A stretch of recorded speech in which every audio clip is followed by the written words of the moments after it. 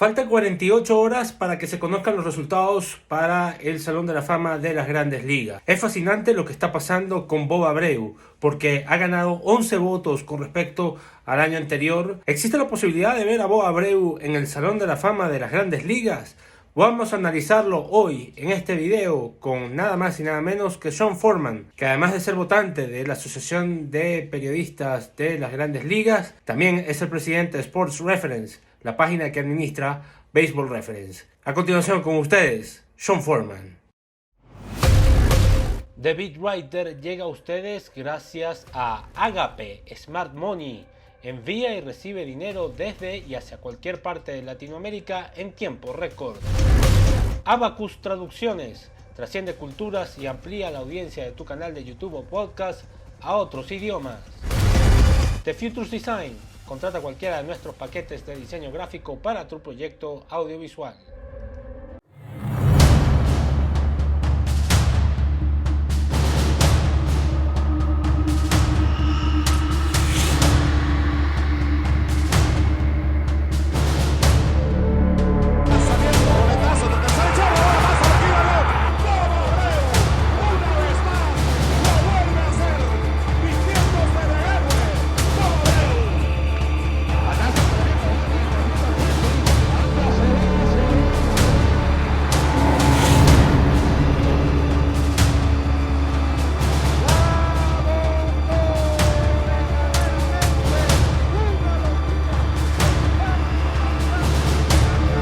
The newest member of the Phillies Wall of Fame, Bob Abreu.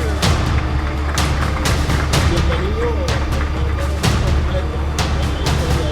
al Salón de la Fama, Bob Abreu.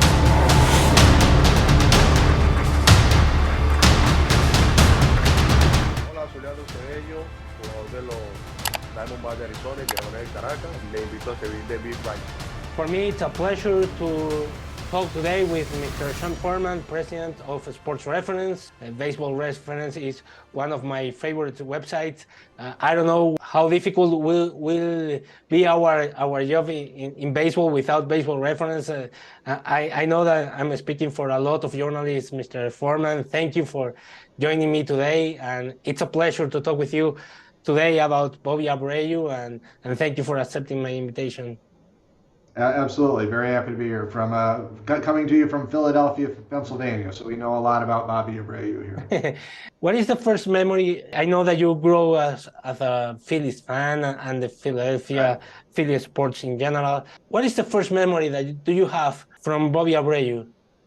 Well, my history, I'm around 50 years old. So I actually grew up in Iowa and then moved here in 2000. And I think he joined the Phillies, right around 2000. So that would have been his first summer here as well. And so I was very interested in baseball. I was on a Usenet news group called Rec Sport Baseball, which was kind of a pre-Reddit sort of thing, where we would argue about baseball and talk about baseball. And the expansion draft was happening with the Tampa Bay Rays, and I guess it would have been the Rockies, right? Coming into the league, and Abreu was left. I had always liked Abreu. I had been doing a lot of minor league reports, and he was always somebody who hit very high on my minor league reports because he got on base a lot, had stolen bases, hit for some power. And I never felt like the Astros really gave him the shot that they should have, and then they left him unprotected in the expansion draft. And I was like, oh, the Rays know what they're doing. They drafted Bobby Abreu, but then they immediately traded him to the Phillies for Kevin Stocker. So I was always very high on him as a Phillies player, and just he I wouldn't say that he was. Baseball doesn't always do the best job of evaluating the guys who are very good. It only kind of tends to focus on the true great players, and so he's always in kind of that next tier for me of the very good players. And I think he was underappreciated for what he was as well. How much impact do you think that Bobby Abreu will have today in baseball, as baseball is evaluated too much different right now. If he was playing today, I mean, I think he would probably be more appreciated now. I think he obviously finished top 10 in on-base percentage in like eight different years. I mean, if you look it up from like 1990, I just looked this up, from 1990 to 2020, he ranks 15th in times on base for all players in that stretch across those 30 years. So I think, if anything, baseball would value him more now because he got on base so well. And, he got on base more than Tony Gwynn did. And we all think of Tony Gwynn as, as being one of the great offensive players. But Abreu was just extraordinarily good at drawing walks and also hitting for average. And so that's a pretty powerful combination that would be very valued now. ¿Buscas ampliar el alcance de tu canal de YouTube o de tu podcast a hablantes de otros idiomas? En Abacus Traducciones traducimos tu material audiovisual a inglés, francés o portugués para que cumplas con ese propósito. Si has seguido mi canal de YouTube desde hace un tiempo, verás que hemos hecho algunos podcasts en inglés y también el primer trabajo que publicamos aquí fue el documental de David Peralta, el Grande Liga de los Diamondbacks de Arizona. Todo ese trabajo profesional, serio y espléndido ha sido realizado por Abacus Traducciones, así que lo recomiendo ampliamente. Trasciende culturas de la mano de Abacus Traducciones, sumando a la industria lo que otros restan. Do you always vote for Bobby Abreu for the Hall of Fame? I have been. I tend to have a fairly large view of the. I mean, he's at 60 WAR, which generally recognized is a Hall of Fame number. Sometimes I try to vote for players who I think are qualified, but may have trouble reaching 5%. And so he's been someone I voted for each year. There were a couple of years where I think maybe he was like the 11th or 12th best player on my ballot, but the other guy, like Gary Sheffield, was going to get 5%, but wasn't going to get in. So I felt okay voting for Abreu in that season. So. But yeah, I voted for him each time that I think I've had about 4 years now. So each of the last 3 years I voted for him. I love Bobby Abreu for all my life because he was a great player. He is one of the most important baseball players in Venezuela, which is a very important sport in Venezuela, as you know. I think that I speak for every one of my generation that we didn't thought when we saw Bobby Abreu playing in Venezuela in the big leagues that we are watching a future Hall of Famer, but right. The changes that baseball made in the past few years changed our vision about that because we appreciate the on base percentage more than when he was playing and that kind of stats and he received right now a lot of comparison with Tony Gwynn. He was a great player overall. He played with a lot of great players: Chipper Jones, Barry Bonds, Mark McGwire, Sammy Sosa. He was not kind of that kind of star when he was playing. How do you see that the borders of the BBWAA are changing their minds about Bobby Abreu? Right. I mean, I think, one of the things I think is that it's very hard to, players who do a lot of things well, players like Alan Trammell, Lou Whitaker, Dwight Evans, who are more my generation, but Jim Edmonds, Kenny Lofton, they do everything. And Abreu was good across the board. He was an exceptional base runner, really good, added a lot of value with his base running. He, was, like we've already said, a very good hitter, but not in a flashy way. He didn't hit 50 home runs. He didn't drive in a lot of runs. He just was always on base and always keeping the offense going. And then he wasn't a phenomenal fielder, but he was definitely average as a right fielder. And so I think players like that tend to be underrated in their time. And I think probably the creation of WAR probably did more for helping Bobby Abreu his stock to rise because I think when you look at the sheer value of what he generated, it shows up pretty well compared to players like Torrey Hunter and some of those. He comes out better than a lot of them because of the offensive value he added.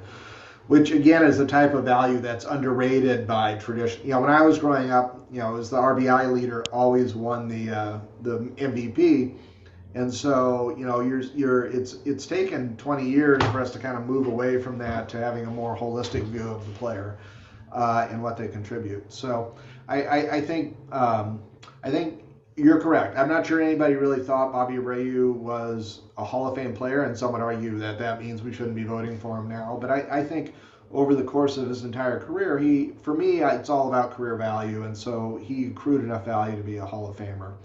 I mean, he also, you know, he left the Phillies right when the Phillies started getting good, and some, you know, people might argue that that was related, but you know, the Phillies made it to the World Series without him a couple times. You know, he never played in a World Series. So, you know, I think he, you know, I think he had a little bit of trouble with his, I think that, you know, he didn't have those signature moments that kind of make a Hall of Fame career, right? The one season where you've got, you know, everything comes together and you're like a runner-up for the MVP or the MVP or something like that. He never had any seasons like that. It's just a lot of continual, consistent performance year in, year out.